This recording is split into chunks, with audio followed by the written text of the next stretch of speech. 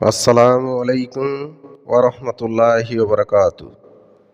প্রিয় দিনী ভাই ও বোনেরা, হালাল উপার্জন সম্পর্কে কোরআন ও হাদিসে অনেক বিষয় আছে যা সব বলা সম্ভব না, তাই সংক্ষিপ্ত আলোচনার মধ্যে গুরুত্বপূর্ণ বিষয়গুলো তুলে ধরব ইনশাআল্লাহ।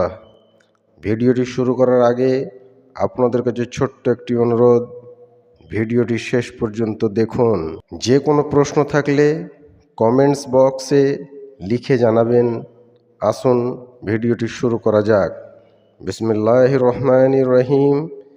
একজন মুসলমানের জন্যে হালাল উপার্জন করা ফরজ। মুসলমানের জন্যে সুদের উপার্জন হারাম, ঘুষের উপার্জন হারাম, চুরি ডাকাতি, ছিনতাই ইত্যাদির মাধ্যমে উপার্জন করা হারাম।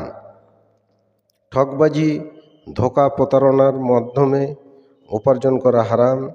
জুয়া ও জালিয়াতির মাধ্যমে উপার্জন করা হারাম। পরের হক আত্মসাদের কামাই হারাম। নবী রসুল, অলি আউলিয়া, পীর মাসায়েখ সহ সব মানুষের প্রতি হালাল ভক্ষণের নির্দেশ জারি করা হয়েছে। বৈধভাবে উপার্জনের নির্দেশ প্রত্যেক নবীর জন্য ছিল। পবিত্র কোরআনে মহান আল্লাহ বলেন, হে রসুলরা, তোমরা পবিত্র বস্তু ভক্ষণ করো এবং নেক কাজ করো।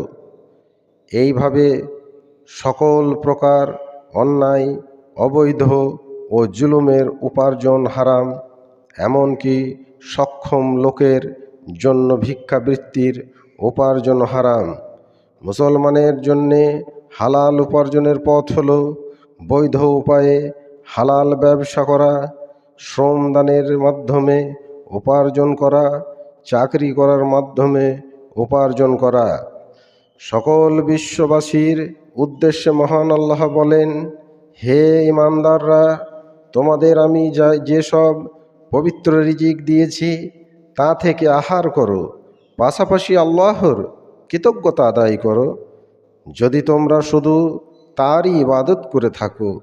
হালাল রিজিক ইবাদত কবুলের অন্যতম প্রধান শর্ত।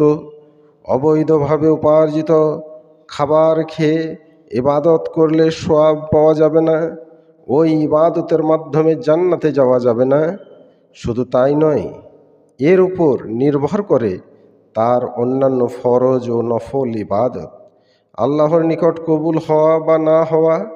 বিষয়টির গুরুত্ব সম্পর্কে সচেতন না হওয়ার কারণে অনেক মুসলিম এ বিষয়ে কঠিন বিভ্রান্তির মধ্যে। অনেক ধার্মিক মানুষ রয়েছেন যারা সুন্নত, মুস্তাহাব ইত্যাদির বিষয়ে অনেক সচেতন হলেও হারাম উপার্জনের বিষয়ে মোটেও সচেতন নন। অবৈধভাবে অর্থ উপার্জন করে এর কিছু অংশ দান করলেই পাপ মোচন হয় না। অবৈধ সম্পদ দান করে নেকির আশা করাটাও গুনাহের কাজ। অনেকের ধারণা অবৈধ উপার্জন করে কিছু দান করে দিলে আর হজ করলে সব সম্পদ বৈধ হয়ে যাবে, অথচ বিষয়টি মোটেও সত্য নয়। অবৈধ উপার্জনের জন্য অবশ্যই কিয়ামতের দিন জবাবদিহির সম্মুখীন হতে হবে। আল্লাহর প্রিয় বান্দা ও রাসূল সাল্লাল্লাহু আলাইহি ওয়াসাল্লামের প্রিয় উম্মত হতে হলে হালাল রুজি ভক্ষণ করা ছাড়া বিকল্প কোনো পন্থা নেই। সুতরাং আল্লাহ পাক আমাদেরকে হালাল রুজি অর্জন ও ভক্ষণ করার তৌফিক দান করুন, আমিন।